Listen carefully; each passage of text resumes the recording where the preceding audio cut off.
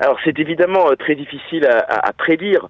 Ce qu'on peut constater, c'est que depuis le 7 octobre, contrairement à des prévisions parfois alarmistes, quasiment aucun Arabe israélien et très très peu de Palestiniens de Jérusalem ont manifesté de quelque manière que ce soit une hostilité à l'État d'Israël, une hostilité à l'armée israélienne. On a vu au contraire dans plusieurs enquêtes d'opinion une adhésion croissante à l'État d'Israël et même une adhésion à la politique israélienne suivie à Gaza.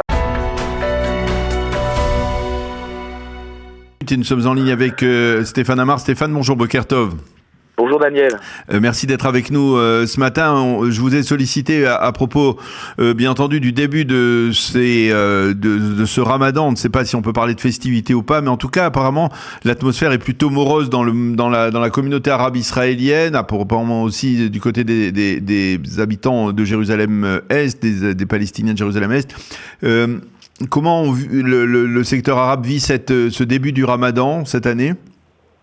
Alors il y a bien sûr ce climat très lourd à cause de la guerre à Gaza où la plupart, bien sûr, des Arabes israéliens et des Palestiniens ont du mal à se réjouir, à s'inscrire dans une ambiance de fête, alors que on connaît cette situation absolument tragique des Palestiniens de Gaza. Cela entache bien sûr les festivités. Cela dit, c'est un mois qui est bien sûr extrêmement important. C'est aussi l'occasion de réunions familiales, pas seulement de prières ou de manifestations publiques. Et de ce point de vue-là, on peut d'ailleurs le constater dans les rues de Jérusalem. Il y a beaucoup moins de Palestiniens le matin qui se rendent au travail. La fête est largement encore respectée et célébrée malgré cette ambiance effectivement morose. Mais il y a des directives qui ont été lancées apparemment par les notables arabes israéliens, dans le secteur arabe israélien, mais aussi dans Jérusalem-Est, afin de ne pas, par exemple, multiplier les festins trop voyants pour ne pas que cela puisse être mal interprété d'une certaine manière par rapport à ce qui se passe dans la bande de Gaza ?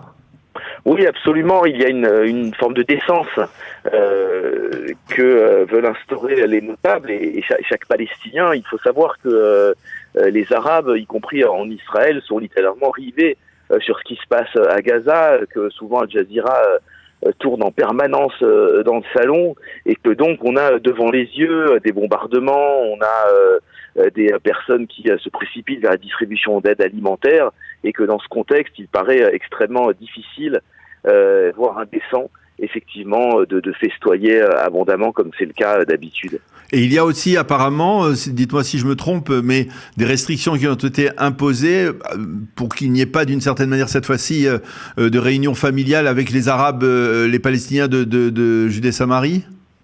Alors non, il n'y a pas, si vous voulez, de consignes officielles. Maintenant, la peur que peuvent ressentir certains juifs quand ils se rendent dans ces territoires qui sont quand même des territoires en guerre. Vous savez que l'armée a considérablement renforcé sa présence en Judée et Samarie. Eh bien, cette peur est aussi partagée par les citoyens arabes d'Israël qui craignent, et ça arrive pas rarement, d'être pris pour cible par des terroristes palestiniens ou se retrouver au cœur d'affrontements entre l'armée israélienne et des groupes armés palestiniens.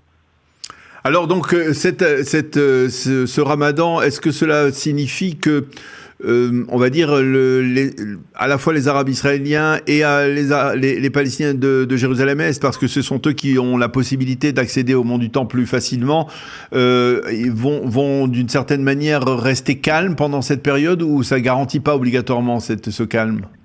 Alors c'est évidemment très difficile à prédire. Ce qu'on peut constater, c'est que depuis le 7 octobre, contrairement à des prévisions parfois alarmistes, quasiment aucun Arabe israélien et très très peu de Palestiniens de Jérusalem ont manifesté de quelque manière que ce soit une hostilité à l'État d'Israël, une hostilité à l'armée israélienne. On a vu au contraire dans plusieurs enquêtes d'opinion une adhésion croissante à l'État d'Israël et même une adhésion à la politique israélienne suivie à Gaza, à la riposte de l'armée israélienne dans la bande de Gaza. Donc c'est un élément important qui peut nous faire dire que le calme devrait être respecté durant ce ramadan. Cela dit, il y a eu de très nombreux appels, et cela dès le début, dès le 7 octobre, de la part du Hamas, à l'endroit à la fois des Palestiniens de Jérusalem et des Arabes d'Israël, de se joindre au mouvement, de se soulever contre l'État juif, et surtout autour de la cause de la mosquée Al-Aqsa. Et c'est pour ça que Israël a renforcé considérablement ses effectifs, je le disais en Judée-Samarie, mais également à Jérusalem.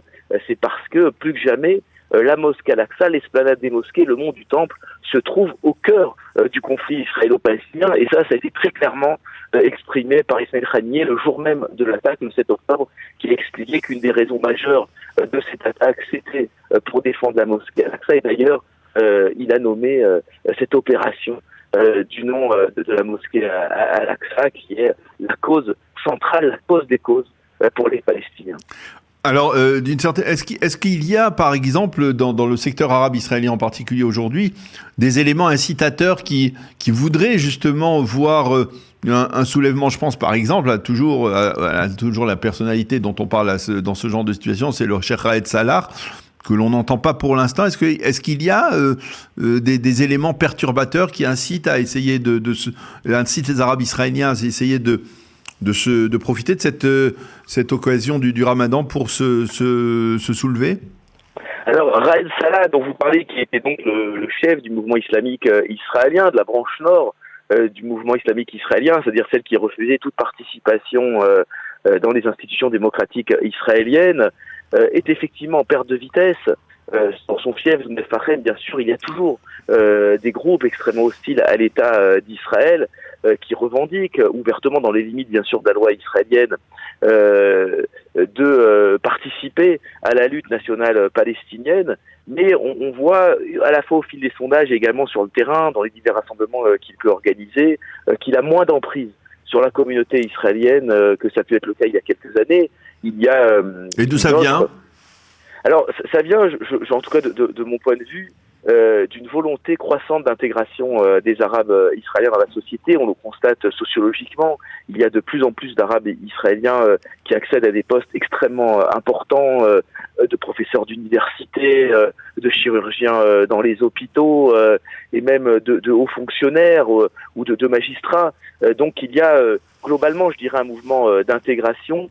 Et le Cheikh Raed Salah, qui a été emprisonné à plusieurs reprises, qui est interdit de séjour en Jordanie, apparaît comme un extrémiste, apparaît véritablement comme un représentant du Hamas en Israël, et cela, une majorité croissante d'Arabes israéliens n'en veulent pas. Ils choisissent la voie de l'intégration, mais il y a d'autres raisons, c'est que je dirais, cette contestation, il n'en a plus le monopole. Il y a une autre, si on compare ça à l'islamo-gauchisme, si vous voulez, c'est plutôt la branche gauchiste actuellement qui roule dessus chez les Arabes israéliens dans la contestation d'Israël, avec des députés représentés à la Knesset qui tiennent par, je dirais, sous couvert de réclamer un État tous ses citoyens, qui prône la destruction pure et simple de l'État d'Israël.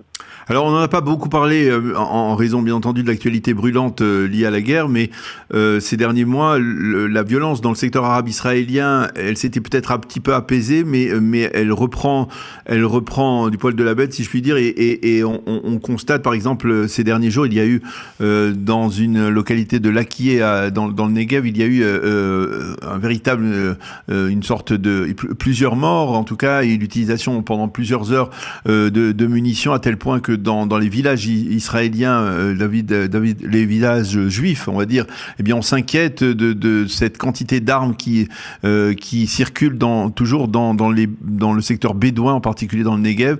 Comment on fait pour remédier à ce problème-là?